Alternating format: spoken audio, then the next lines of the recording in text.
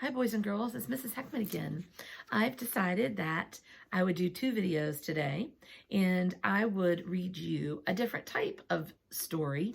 These are not actually stories. Well, they can be kind of stories, but they're poems.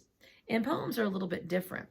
But today I'm going to read you a book by a man named Shel Silverstein.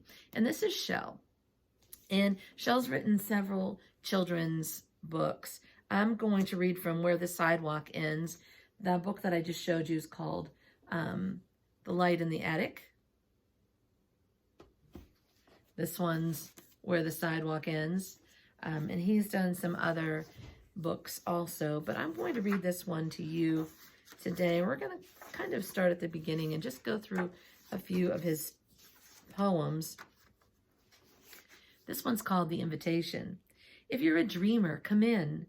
If you're a dreamer, a wisher, a liar, a hoper, a prayer, a magic bean buyer. If you're a pretender, come sit by my fire, for we have some flax golden tales to spin. Come in, come in. So he's inviting us to come in his book and read some stories with him.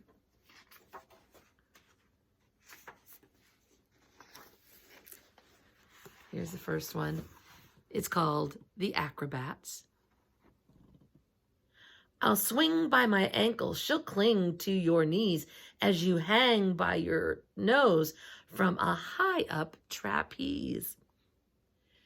But just one thing, please, as we float through the breeze, don't sneeze. You wouldn't want her to sneeze, right, if she's hanging from her nose. And the next one's called Magic. Sandra's seen a leprechaun. Eddie touched a troll. Lori danced with witches once. Charlie found some goblins' gold. Donald heard a mermaid sing. Susie spied an elf. But all the magic I have known, I've had to make myself. So all these children seem to have seen some magic things, but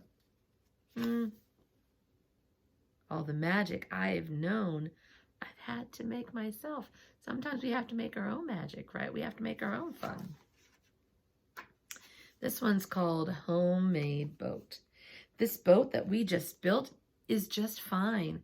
And don't try to tell us it's not. The sides and the back are divine. It's the bottom, I guess we forgot. Oh no, look at that. If you don't have the bottom of the boat and you go to put it in the water, what happens? You're right, it sinks. Look, their boat sank. They don't look very happy, do they?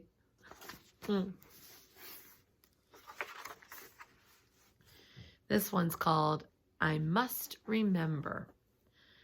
I must remember turkey on Thanksgiving, pudding on Christmas, eggs on Easter, chicken on Sunday, fish on Friday, leftovers on Monday. But, me, I'm such a dunce. I went and ate them all at once. And there he is. He ate all of it all at once instead of spreading it out over a long period of time. This next poem's called The Fourth. Oh, crash, my bash, it's bang, the zang. Fourth, whoosh of boom, July. So if you read it without all the noises in between, it says, oh my, it's the 4th of July. But of course, on the 4th of July, there's lots of fireworks. So you hear crash, bash, bang, zang, whoosh, baroom. And so he wrote it like he was being interrupted by all of those sounds. That's cool.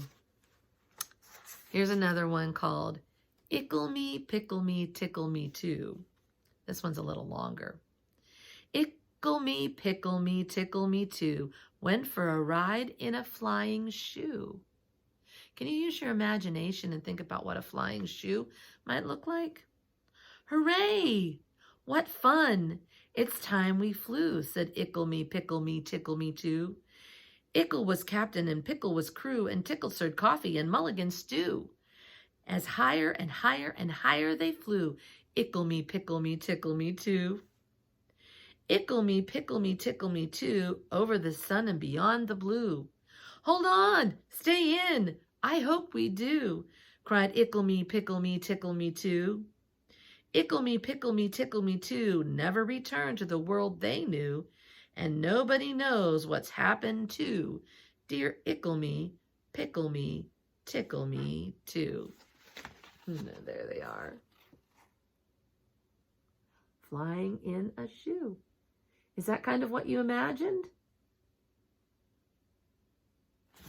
What you imagine might be different. You can see them all sticking out of the shoe. This one's called Captain Hook. Captain Hook must remember not to scratch his toes. Why would Captain Hook not want to scratch his toes? Captain Hook must watch out and never pick his nose. When he shakes your hand, Captain Hook must be careful. Opening sardine cans and playing tag and pouring tea and turning pages of this book. Lots of folks I'm glad I ain't, but mostly Captain Hook. There's Captain Hook. He's kind of a scary dude. But he has that hook. Do you think it'd hurt if he scratched his nose? Might. Hooks are sharp. This is called Hug of War. I will not play at tug of war. I'd rather play at hug of war, where everyone hugs instead of tugs, where everyone giggles and rolls on the rug, where everyone kisses and everyone grins and everyone cuddles and everyone wins. I like that one right there. Maybe you can have a hug of war today and find someone at your house that you can hug instead of tug. Hug and tug rhyme, don't they? Those are rhyming words, boys and girls. Hopefully you're practicing your rhyming words. Oh, this one's a good one. It's dark in here. I'm writing these poems from inside a lion. What could that be? And it's rather dark in here, so please excuse the handwriting, which may not be too clear. But this afternoon, by the lion's cage, I'm afraid I got too near. And I'm writing these lines from inside a lion, and it's rather dark in here. Oh no. Shel Silverstein has quite an imagination. Who gets eaten by a lion and has to write inside of a lion? That's silly. Orchestra. So you haven't got a drum? Just beat your belly. So I haven't got a horn. I'll play my nose. So we haven't any cymbals. We'll just slap our hands together. And though there may be no orchestras that sound a little better with their fancy, shiny instruments that cost an awful lot, hey, making music twice as good by playing what we've got. I think I need to read that again. Hey, we're making music twice as good by playing what we've got. So you haven't got a drum, just beat your belly. So I haven't got a horn, I'll play my nose. So we haven't any cymbals, we'll just clap our hands together. And though there may be orchestras that sound a little better, with their fancy, shiny instruments that cost an awful lot, hey, we're making music twice as good by playing what we've got. And then we see them right there playing instruments. He played his nose turned into like a clarinet. But, you know, you can beat your belly. Can you try it? Can you beat your belly? Sounds a little bit like a drum. Clap your hands as a cymbal. Good job. Now, I don't know how you play your nose, except you might want to hum.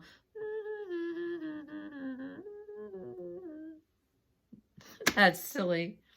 But you know what? We can make music with whatever we've got. We can snap our fingers. We can even click our tongues. You can have a lot of fun just making music with whatever you've got. Well, boys and girls, our time is up. I hope you enjoyed reading Shel Silverstein. I know that I have. He makes me laugh. He makes me think. He makes us imagine. And so hopefully today you use your imagination. Maybe make your own band. Or pretend to swing from a trapeze by your nose. Whatever you do, have a wonderful day. Bye.